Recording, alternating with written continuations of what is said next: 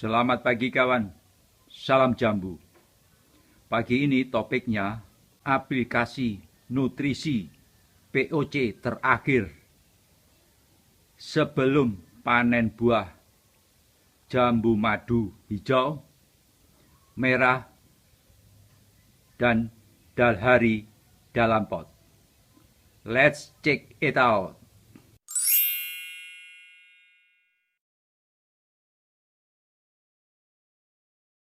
Tahun lalu saya pernah menyampaikan dalam suatu video bahwa ada nutrisi gong terakhir sebelum panen buah. Nah, beberapa waktu yang lalu ada WA masuk dan saya ditagih oleh subscriber dari Surabaya. Nah, pada kesempatan pagi ini saya tunaikan hutang saya setahun lalu. Ya. Nah, ini adalah jambu yang kira-kira akan siap panen buah. Tetapi yang akan kita aplikasikan pada pagi hari ini bukan jambu ini. Ya, kapan saatnya kita berikan nutrisi terakhir? Ini baru saja tadi malam saya membuat POC untuk kebutuhan 2 minggu yang akan datang. Setelah 1 malam, belum 12 jam, maka sudah terjadi gelembung udara. Dia muncul. Nah, itu ya, gelembung udara. Jadi yang paling praktis adalah ini, kita cukup 1 minggu, kemudian dia berproses fermentasi, dan pada minggu kedua sudah diaplikasikan. Jadi 15 hari ya, baru diaplikasikan. Nah, ini adalah salah satu yang saya buat dengan menggunakan ada buah naga merah. Jadi jika ada jambu yang berwarna merah, kita juga harus ada kandungan buah yang berwarna merah. Ini kebetulan adalah buah naga merah. Dan ternyata dengan dicampur berbagai jenis buah yang tidak warna merah, buah naga merah menjadi warna dominannya menjadi merah. Bisa juga menggunakan tomat, semangka merah ya. Nah, ini adalah susu kedelai yang dibuat oleh UMKM yang dijual di pasar. Saya membeli ini supaya kawan-kawan bisa paham. Ini adalah susu yang saya beli di minimarket ya. Kemudian telur. Nah, bagaimana aplikasinya? 1 minggu terakhir, ini adalah saya membuat sejak kurang lebih 2 minggu yang lalu. Ini saya tutup pakai kain, biasanya dipakai untuk kain hijab ya, jenis kain Paris. Nah, ini biasanya dipakai juga untuk menyaring kedelai. Nah, biasanya saya melakukan 1 minggu terakhir sebelum panen buah. Ini adalah ukuran pil cat ya, 20 liter jika penuh. Kemudian saya semalam merendam kedelai 1 kilo. Kemudian saya buat aplikasi, saya campur 18 liter air. Memang terlalu encer ya.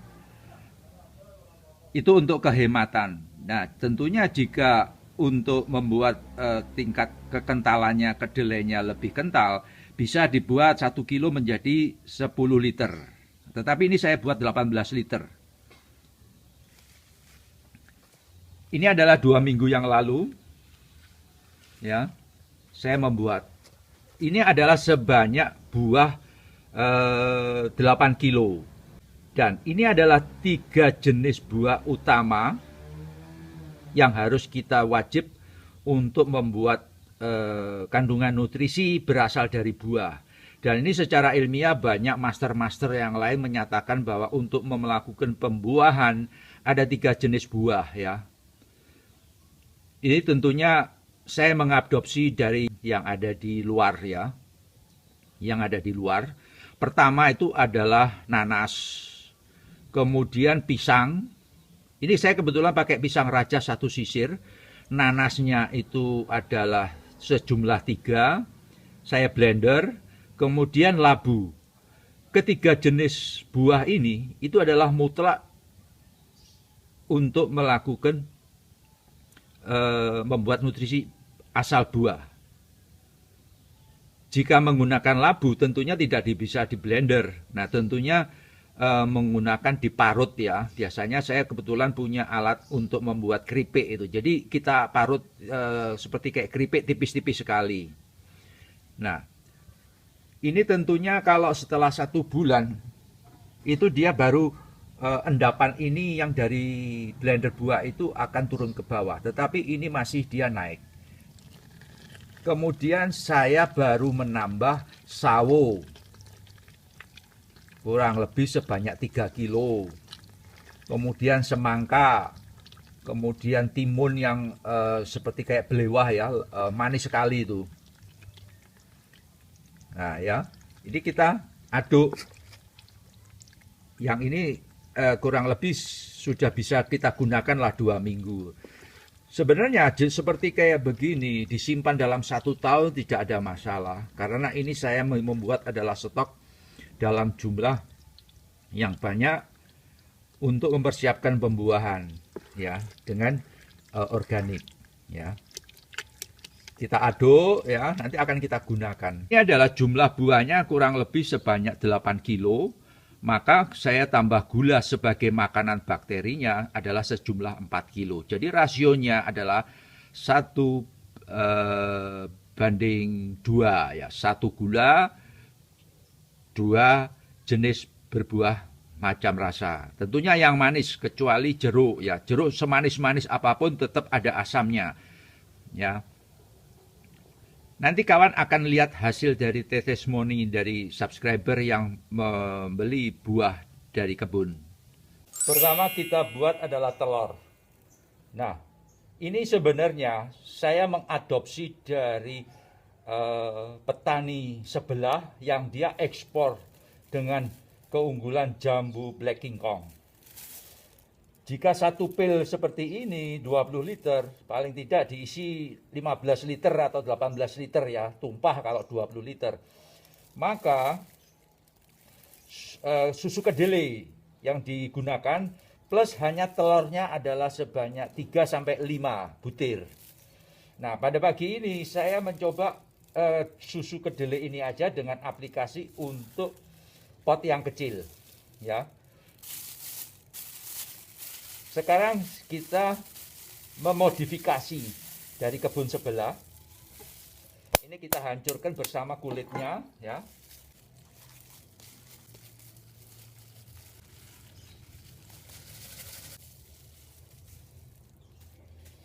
Nah, ini susu ya, susu kedelai yang saya beli di minimarket ya. Jadi ini hanya untuk simulasi saja bahwa kawan-kawan bisa paham bahwa ini adalah kedelai asli. Tapi kita bisa menggunakan adalah kita membuat sendiri dari kedelai yang kita rendam sendiri. Masih dalam segel ya.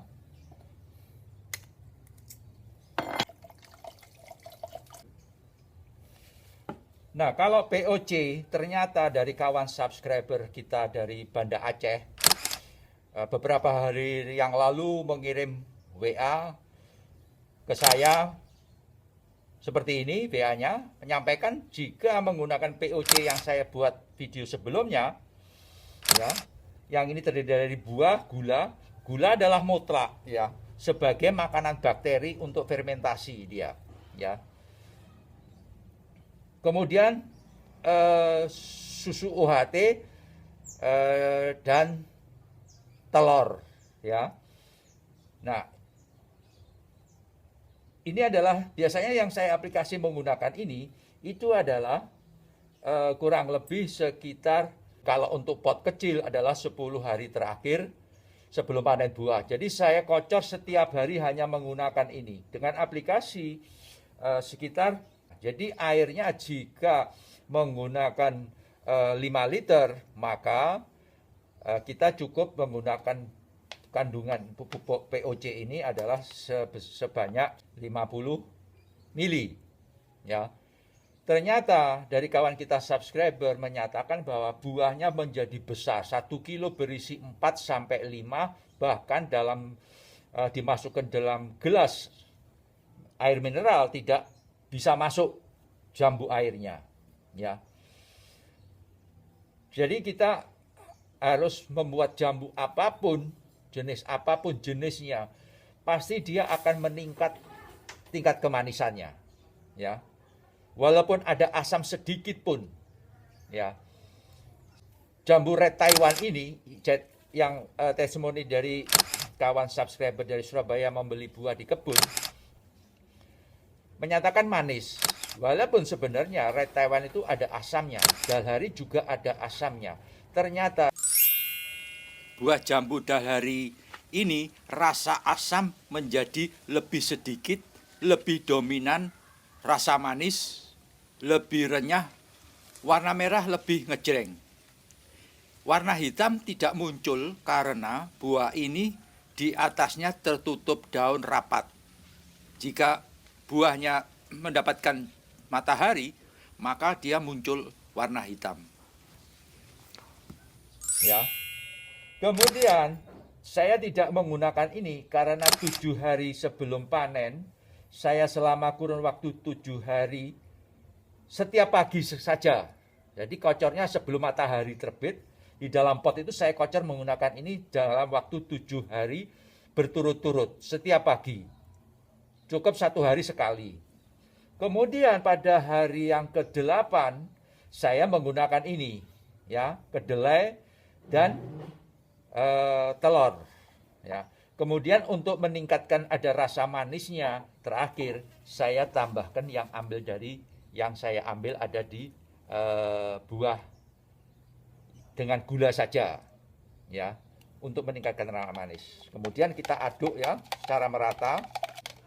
Nah, karena ini 7 hari berturut-turut setiap pagi 1 hari sekali kita menggunakan POC yang kita buat ini, ya. Karena untuk membuat POC ini kalau bisa jangan membuat terlalu banyak. Jadi cukup kalau bisa dalam waktu 2 bulan itu sudah habis. Nah, ini adalah saya membuat cadangan. Jika ini habis 2 minggu berikutnya, saya sudah mempunyai stok untuk membuat POC, mengaplikasikan POC ini. Jadi rutin terus-menerus, kita tidak akan pernah berhenti. Maka saya membuat ini adalah buah dan gula saja yang terfermentasi. Jadi cukup banyak. Jadi ini sistemnya gula dengan buah itu adalah kita mengadopsi dari proses pembuatan cuka buah, ya. Sekarang kita akan aplikasikan ada di pot buah satunya lagi.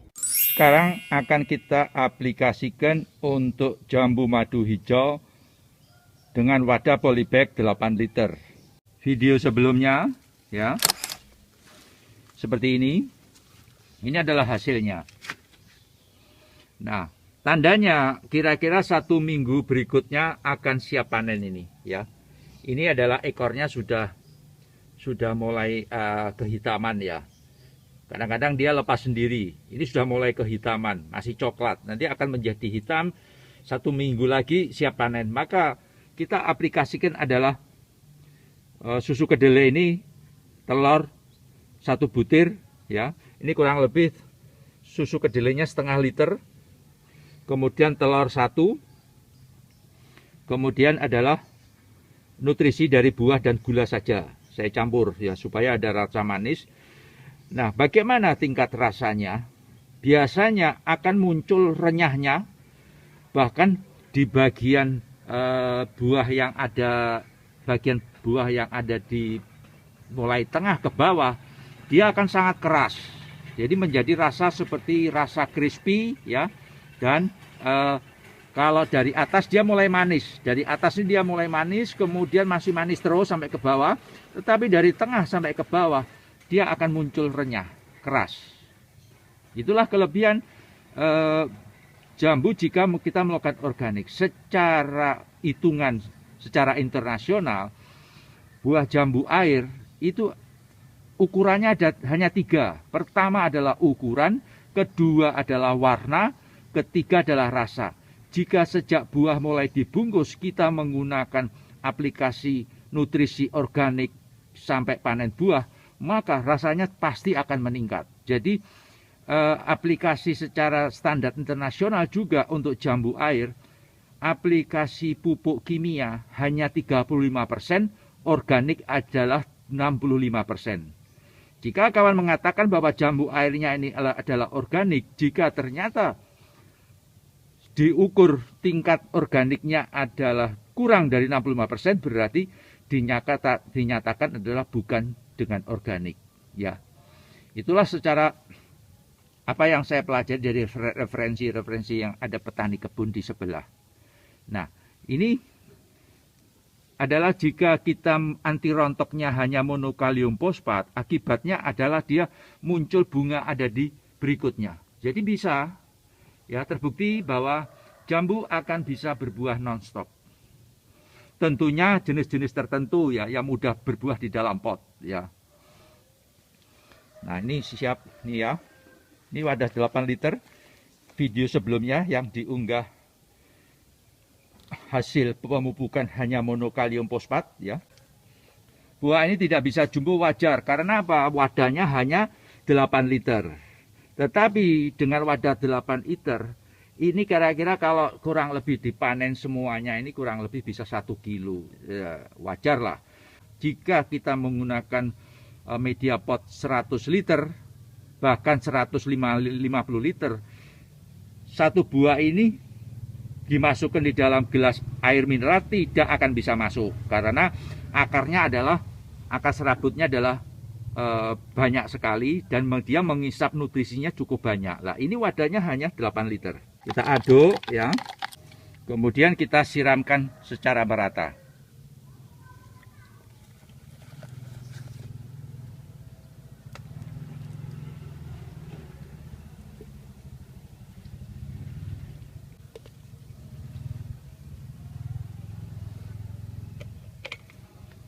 Kulit telurnya kita biarkan, ya, kita tunggu dia akan menyerap ke bawah.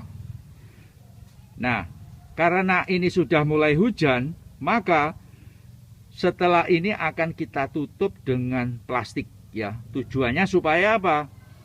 Setelah kita melakukan penyiraman dengan nutrisi kedelai, telur, dan fermentasi dari buah dan gula, maka jika kena hujan, tentunya dia akan mubasir ya. Jadi kandungannya nutrisinya akan terlarut dengan air hujan.